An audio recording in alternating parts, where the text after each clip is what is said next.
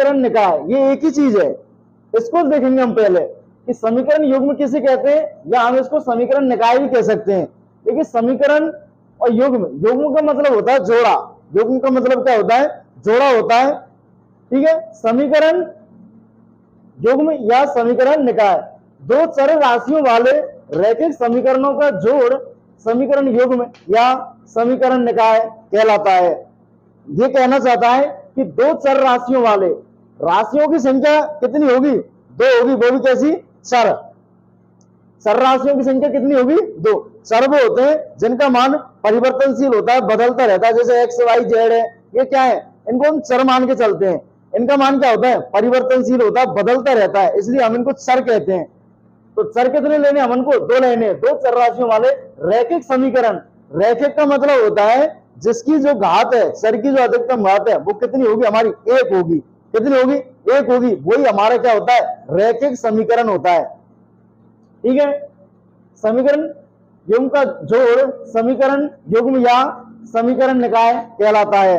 अब हम क्या करेंगे, समीकरण युग्म का मानक रूप लिखेंगे। समीकरण युग्म का कौन सा रूप लिखेंगे, मानक रूप लिखेंगे। तो हमारे समीकरण युग्म का जो मानक रूप होता है वो होता है द्विचर रैखिक समीकरण प्राय इस रूप का होता है, जैसे a1x प्लस b1y बराबर c1 या a2x प्लस b2y बराबर c2। अब हम क्या करेंगे, ये जो c1 है इसको हम इधर की साइड में ले आएंगे, बराबर के इधर की साइड में ले आएंगे। तो अब क्या होगा, ये जो c1 है ये प्लस का था, इधर लाएंगे तो किसका हो जाएगा, माइनस का हो जाएगा। जैसे या हम इसको ऐसे भी लिख सकते हैं a1x प्लस b1y माइनस का c1 बराबर 0, a2x प्लस b2y माइनस का c2 बराबर 0 के रूप का होता है। अब हम आगे देखेंगे इसमें द्विचर रैखिक समीकरण युग्म के प्रकार। द्विचर रैखिक समीकरण युग्म के प्रकार के आखिर में द्विचर रैखिक समीकरण युग्म जो होता है वो कितने प्रकार का हमको पढ़ना है। तो हमको देखिए यहाँ पर तीन प्रकार का पढ़ना है, अबाधित संगत समीकरण युग्म, आश्रित संगत समीकरण युग्म और असंगत समीकरण युग्म। ये हमको तीन प्रकार का पढ़ना है।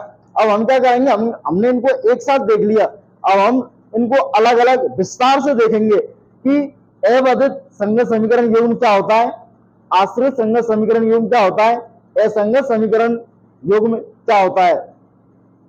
अगर आपके लिए कोई दिक्कत आती है किसी प्रकार की तो आप हमारे कमेंट बॉक्स में लिख दें कि हमारे लिए ये समस्या आ रही है।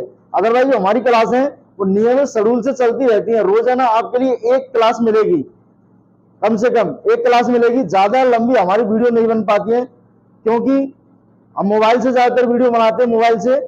इसलिए क्या होता है कि मोबाइल में लोड करने में, यूट्यूब पर अपलोड करने में क्या लगता है, टाइम ज्यादा लगता है। इसलिए हमारी क्लासें थोड़े थोड़े मिनट की होंगी। प्रेजेंट आपके लिए ऊपर ही दिख जाएंगे कि इस वीडियो में ये प्रेजेंट दे रखा है।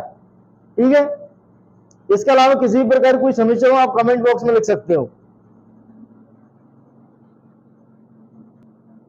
अगला है हमारे पास अबाधित संगत समीकरण युग्म। कौन सा है, अबाधित संगत समीकरण युग्म। जो हमारे तीन भाग थे उनमें से हमको पहला लिख लिया अबाधित संगत समीकरण युग्म। इसके बारे में देखेंगे। इससे पहले देखिए हमारी जो क्लास है इनको आप कंटिन्यूअस लें, रोजाना देखें, रोजाना देखने पर ही ये समझ में आएंगे। ऐसा नहीं कि 2 दिन देख लाई, 3 दिन देख लाई, कंटिन्यूअस देखें। हमारी जो क्लास है वो पूरी वीडियो मिल जाएंगे आपको।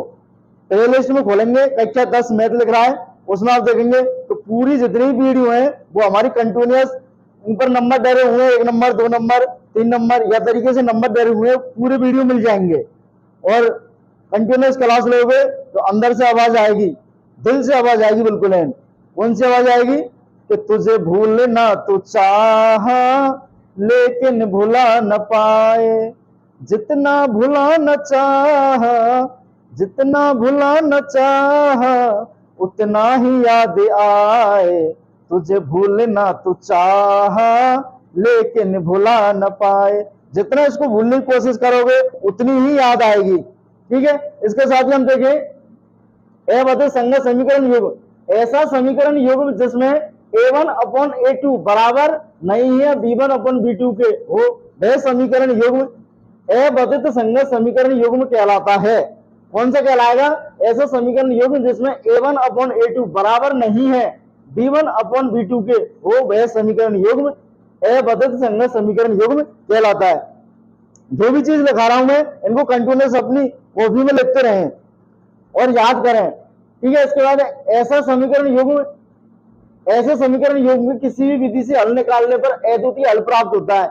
मतलब कहने का ये कि यदि इसका किसी भी विधि से हम हल निकालेंगे तो इसका अद्वितीय हल प्राप्त होगा। अद्वितीय का मतलब होता है ए का मतलब नहीं, द्वितीय का मतलब दूसरा, दूसरा इसका कोई भी हल प्राप्त नहीं होगा, केवल और केवल एक ही हल प्राप्त होगा इसका।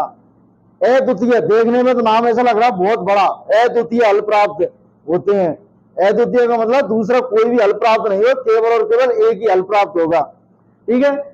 ऐसे समीकरण युग्म का आलेख परस्पर प्रतिच्छेद करता है। इसका जब हम ग्राफ बनाएंगे, क्या बनाएंगे, ग्राफ, ग्राफ क्या करेगा, आपस में एक दूसरे को काटेगा। अब वो कहीं से भी काटे, प्रतिच्छेद का मतलब ही क्या होता है, काटना। आलेख का मतलब होता है ग्राफ, परस्पर का मतलब इस तरीके से एक दूसरे को काटेंगे वे, ठीक है।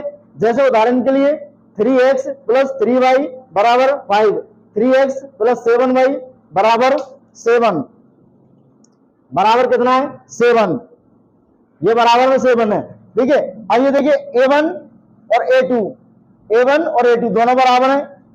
b1 और b2 क्या नहीं है, यहाँ पर बराबर नहीं है। b1 का मान 3 है और b2 का मान कितना है, 7 है। इसका मतलब ये a1 अपॉन a2 बराबर नहीं है किसके, b1 अपॉन b2 के। तो ऐसे समीकरण युग्म को क्या कहेंगे हम, अबद्ध संगत समीकरण युग्म कहते हैं। एक अबद्ध संगत समीकरण युग्म का ये क्या है, उदाहरण है, ठीक है। इसके साथ ही हम अगले को देखेंगे। अगला है हमारे पास दूसरे नंबर का आश्रित संगत समीकरण युग्म। कौन सा है, आश्रित संगत समीकरण युग्म।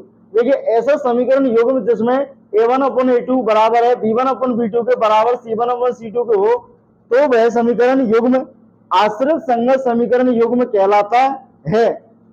ऐसे समीकरण युग्म के किसी भी विधि से हल निकालने पर अपरिमित रूप से अनंत हल प्राप्त होते हैं। ऐसे समीकरण युग्म का आलेख परस्पर संपाती रेखा प्राप्त होता है। कहने का मतलब ये कि ये कह रहा है कि ऐसा समीकरण युग्म जिसमें a1 अपॉन a2 बराबर b1 अपॉन b2 बराबर c1 अपॉन c2 है, यदि ये तीनों राशियां हैं वो कैसी हैं, यदि बराबर हैं, कैसी हैं, बराबर हैं, तो हमें क्या होगा कि जितनी भी रेखा प्राप्त होंगी वो इस तरीके से सीधी रेखा प्राप्त होंगी, यूं एक के ऊपर एक। कैसी रेखा प्राप्त होंगी, संपाती रेखा प्राप्त होंगी। कैसी प्राप्त होंगी, संपाती। ये ना तो प्रतिच्छेद करेंगे एक दूसरे को, ना तो ये इस तरीके से करेंगी, और ना ये समांतर जाएंगी। कैसे जाएंगी, जो भी रेखाएं वो एक दूसरे के ऊपर जाएंगी, अर्थात एक दूसरे को क्या करेंगी, प्रतिच्छेद करेंगी। क्या करेंगी, प्रतिच्छेद करेंगे। और प्रतिच्छेद कब करती है, जब हमारा a1 अपॉन a2 बराबर b1 अपॉन b2 बराबर c1 अपॉन c2 है, तो सभी रेखाएं क्या करेंगे, एक दूसरे को, एक दूसरे के संपाती होंगी, एक दूसरे के ऊपर रह ही जाएंगी।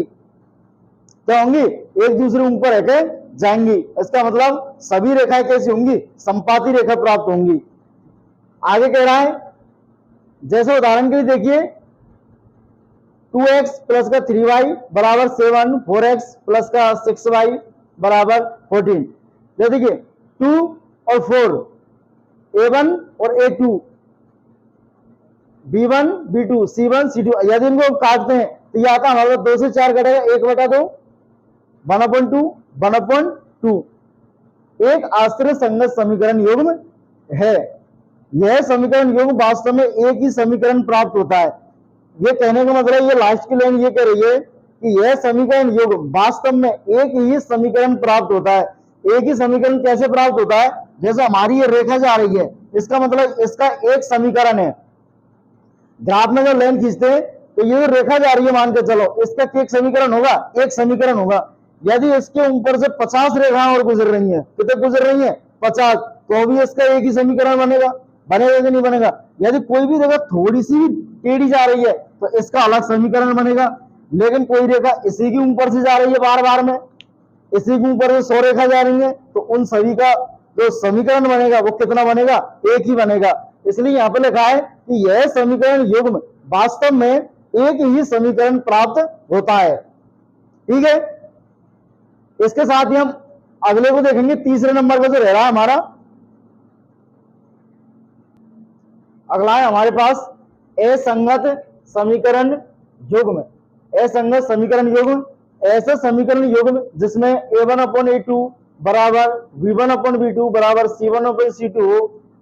c1/c2 क्या नहीं है, बराबर नहीं है, तो वह समीकरण युग्म असंगत समीकरण युग्म कहलाता है। क्या करेंगे इसमें, a1/a2 बराबर b1/b2 बराबर नहीं है किसके, c1/c2 के, तो वह क्या कहलाएगा, हमारा असंगत समीकरण युग्म कहलाता है।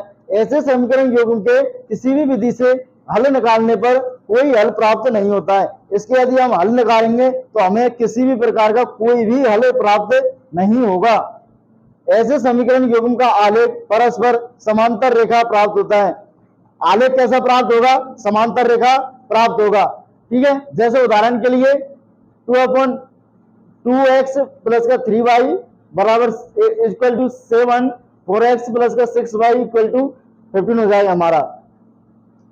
देखिए a1 a2 ये दोनों बराबर हैं, कट जाएंगे तो 1/2 आएगा, 3 से 6 कट जाएगा 1/2 आएगा, नहीं ये कटेगा नहीं। इसका मतलब ये c1/c2 क्या नहीं है, इसके बराबर नहीं है, एक असंगत समीकरण युग्म है। अब हम क्या करेंगे, ये जो भी लिखा है हम सबको, वैसे क्या होता है ये अलग अलग लिख दिए, सबको अलग अलग लिख दिया, ये क्या है भूल जाते हैं, इनको क्या कर जाते हैं, भूल जाते हैं। अब हम क्या करेंगे, जो भी लिखें इनको सभी को एक साथ में लिखेंगे। कैसे लिखेंगे, एक साथ में लिखेंगे, और एक साथ में लिखने पर ऑटोमेटिक याद हो जाएंगे। जैसे एक बार तो हमने इनको पढ़ लिया, वीडियो देख ली, स्कूल में भी पढ़ लेते हैं, एक बार हम इनको एक साथ एक जगह पर लिख के देखेंगे, उसके बाद में इनको एक बार देखने में याद हो जाएंगे। जैसा मैं इनको लिख रहा हूं, अब देखिए हमने क्या किया है कि तीनों को हमने क्या किया है, एक साथ लिख लिया है एक ही जगह पर। तो एक जगह पर लिखने से क्या होगा, हमें आसानी होगी समझने में। वो कैसे लिखा है कि अवधित संगत समीकरण युग्म, ये क्या होता है, अलग अलग देखेंगे सबको। ये होता है a1/a2 बराबर नहीं है किसके, b1/b2 के। हल की यदि बात करें तो इसके अद्वितीय रूप से अद्वितीय हल प्राप्त होता है। इसका मतलब एक ही हल प्राप्त होता है, अद्वितीय मतलब इसका एक ही हल प्राप्त होता है। अगर इसका जो आलेख है परस्पर प्रतिच्छेद करेगा, मतलब जो रेखा होंगी उसमें ग्राफ के अंदर, वो क्या करेंगे, एक दूसरे को ऐसे काटेंगे, ऐसे जैसे हाथ दिख रहे हैं मेरे, ऐसे काटेंगे एक दूसरे को, इस तरीके से काटेंगे। इसके जो उदाहरण है वो है 2x प्लस का 3y बराबर 5, 3x प्लस का 5y बराबर 7। जैसे देखिए a1 a2 b1 b2, देखिए a1 a2 बराबर नहीं है किसके, b1/b2 के। इधर ऐसे ही अगला है आश्रित संगत समीकरण युग्म, a1/a2 बराबर b1/b2 बराबर c1/c2। इसके हल की यदि बात करें तो इसके अनंत हल प्राप्त होंगे। हमें कितने हल प्राप्त होंगे, अनंत हल प्राप्त होंगे। आलेख की यदि बात करें, आलेख परस्पर संपाती रेखा प्राप्त होगा। जैसे देखिए इसके ऊपर बहुत सारी रेखाएं जा रही हैं, कितनी, बहुत सारी, इसका मतलब इसके हल कितने हो जाएंगे, अनंत हल प्राप्त होंगे इसके। उदाहरण की यदि बात करें 2x प्लस का 3y बराबर इक्वल टू 7, 4x प्लस का 6y इक्वल टू 14। ऐसे ही असंगत समीकरण युग्म a1/a2 बराबर b1/b2 बराबर नहीं है किसके, c1/c2 के। कोई हल प्राप्त नहीं होगा, इसका कोई भी हल प्राप्त नहीं होगा। क्यों नहीं होगा, क्योंकि आलेख परस्पर कैसी रेखा है, समानांतर रेखा, समांतर रेखा जा रही है। ऐसी रेखाएं जो आपस में कभी भी नहीं मिलती हैं, वो क्या कहलाती हैं, समानांतर रेखाएं कहलाती हैं। जैसे उदाहरण के लिए रेल की पटरी की जो रेखाएं जाती हैं, जिन पे ट्रेन के चक्का घूमते हैं, पहिए घूमते हैं, वो क्या है, एकदम सीधी जाती है, आपस में कभी नहीं मिलती हैं। वो क्या है, हमारी समांतर रेखा की तरह है। उदाहरण की यदि बात करें 2x प्लस का 3y equal to 7, 4x plus का 6y इक्वल टू 15। आप चाहो तो इसका स्क्रीनशॉट भी ले सकते हो इस तरीके से। और जो भी है प्रश्न नंबर 3.2 का इंट्रोडक्शन खत्म हो गया। इसके बाद हम अगले प्रश्न को स्टार्ट करेंगे। ठीक है, यहां तक अगर हमारी क्लास समझ में आ रही है तो कमेंट बॉक्स में लिख दे क्या, यस हमारे समझ में आ रही है। यदि आप लोग पढ़ रहे हो, हमारी क्लासों को देख रहे हो, तो आप यस लिख करके कहें कि हाँ हम पढ़ रहे हैं, यस लिख दें। इससे हमें पता चलता है कि हमारी क्लासों को कौन कौन देख रहा है।